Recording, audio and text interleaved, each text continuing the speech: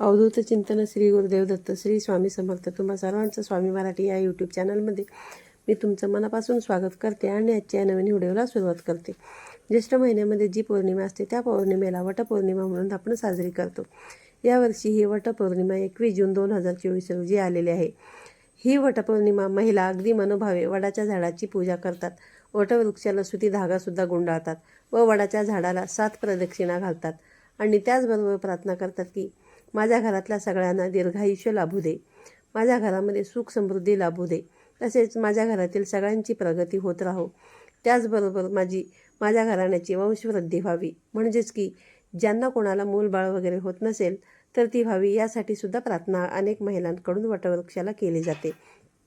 महिलांनी वटपौर्णिमेच्या दिवशी वडाच्या झाडाला प्रदक्षिणा घालताना आणि सुती धागा गुंडाळताना या मंत्राचा जप आवश्यक करावा. यामुळे आपल्या घरामध्ये भरभराट होते असे म्हटले जाते. पण तो मंत्र कोणता आहे हे चला तर आधी आपण जाणून घेऊया.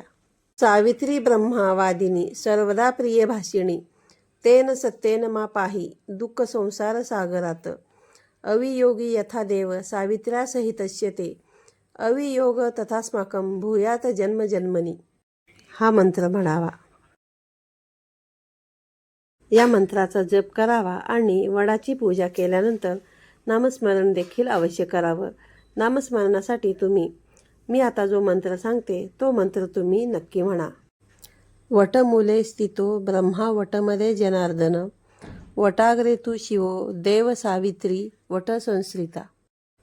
अशा प्रकारे मंत्र म्हणून झाल्यानंतर सावित्री मातेची तुम्हाला आरती देखील करायची आहे आणि त्यांची आरतीसुद्धा म्हणावी व आपल्या पतीच्या तसेच कुटुंबातील लोकांच्या आरोग्य तसेच घरातील काही संकट असतील तर ती सर्व दूर व्हावी, यासाठी वटवृक्षाकडे तुम्हाला प्रार्थना करायची आहे. वटपौर्णिमेच्या दिवशी पती पत्नी दोघांनीही मांसाहार करू नये, खोटं बोलू नये किंवा कुठलीही अनैतिक कामेसुद्धा या दिवशी करू नयेत. तसेच या दिवशी महिला तर पतीसाठी उपवास ठेवतातच, पण पत्नींचं मनोबल वाढवण्यासाठी पतिदेवसुद्धा उपवास ठेवू शकतात. त्यामुळे पती पत्नीमधील नातं घट्ट होण्यास मदत होईल व त्यांच्या नात्यामधील गोडीसुद्धा वाढेल.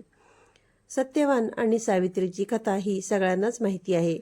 सावित्रीने आपल्या असणाऱ्या नवऱ्याला स्वतःची बुद्धिमत्ता आणि नम्रता यांचा वापर करून यमधर्मांकडून जीवनदान मिळवून दिले होते आणि ही कथा वटवृक्षाखाली घडली म्हणून वडाच्या झाडाची पूजा केली जाते असं सांगण्यात येतं. पण या सगळ्यात मध्ये वडाच्या झाडाला धागा का बांधला जातो हा प्रश्न महिला आणि पुरुष सगळ्यांनाच पडला असणार आहे. तर त्याचं काय उत्तर आहे हे आपण जाणून घेऊया. दोरा का गुंडाळतात या संदर्भात असं सांगण्यात येतं की वटवृक्षाच्या खोडाच्या उभ्या छेदांवरती असणाऱ्या ज्या सुप्त लहरी असतात त्या शिवतत्व आकर्षित करून वायुमंडलामध्ये प्रक्षेपित करत असतात. तर ज्यावेळी विवाहित महिला वडाच्या झाडाला मुख्यत्वे सुती दोरा किंवा सुती धागा गुंडाळतात आणि त्याची पूजा करतात, त्यावेळी जीवाच्या मनातील भावाप्रमाणे खोडातील शिवतत्वाशी संबंधित ज्या काही लहरी असतात त्या लहरी कार्यरत होऊन आकार धारण करतात आणि सुती दोरा गुंडाळल्याने त्यामधील पृथ्वी आणि आप या तत्वांच्या संयोगाने या लहरी जीवाला ग्रहण करण्यास सुलभ होतात. शेवटी काय, भाव तिथे देव असं म्हटलं गेलेलं आहे. तर हा झाला दोरा का गुंडाळतात या प्रश्नाचं उत्तर. ज्येष्ठ महिन्यामध्ये वडाच्या पारंब्यांना कोंबसुद्धा फुटायला सुरुवात होते. पावसाळ्यामध्ये हे कोंब चांगले मोठे होतात. पावसाळ्यामध्ये हवेतील बदलांमुळे होणाऱ्या आजारांवरती देखील वडाच्या पारंब्यांचा औषध म्हणून उत्तम उपयोग केला जातो. वडाच्या पारंब्या या हाताशी असलेल्या लहानांपासून मोठ्यापर्यंत सगळेच लोक त्याला धरून झोकासुद्धा खेळत असतात लोंबकळत. पण पूर्वीच्या काळी हे सर्वजण ह्या पद्धतीने लोंबकळत झोका खेळत होते. आताच्या काळामध्ये कोण खेळतात का नाही माहीत नाही.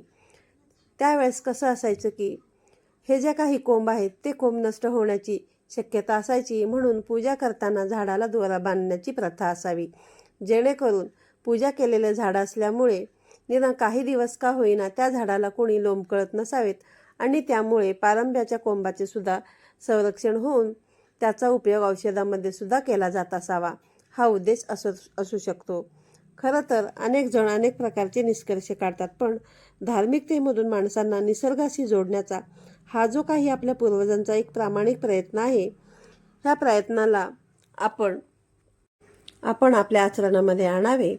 तर आजच्या या दिवशी वटवृक्षाच्या झाडाला धागा का गुंडाळतात याबद्दलची माहिती मी तुम्हाला देण्याचा प्रयत्न केलेला आहे. व्हिडिओ आवडला असल्यास व्हिडिओला लाईक करा, शेअर करा आणि तुम्ही जर चॅनलवरती नवीन असाल तर चॅनलला सबस्क्राईब करा, जेणेकरून यापुढे जे काही नवनवीन व्हिडिओ येतील त्याचे सर्वात आधी नोटिफिकेशन तुम्हाला येईल आणि तुमचा एकसुद्धा व्हिडिओ मिस होणार नाही. तर पुन्हा भेटूया अशाच एका नवीन आणि माहितीपूर्ण व्हिडिओमध्ये. तोपर्यंत सर्वांनी काळजी घ्या. श्री स्वामी समर्थ.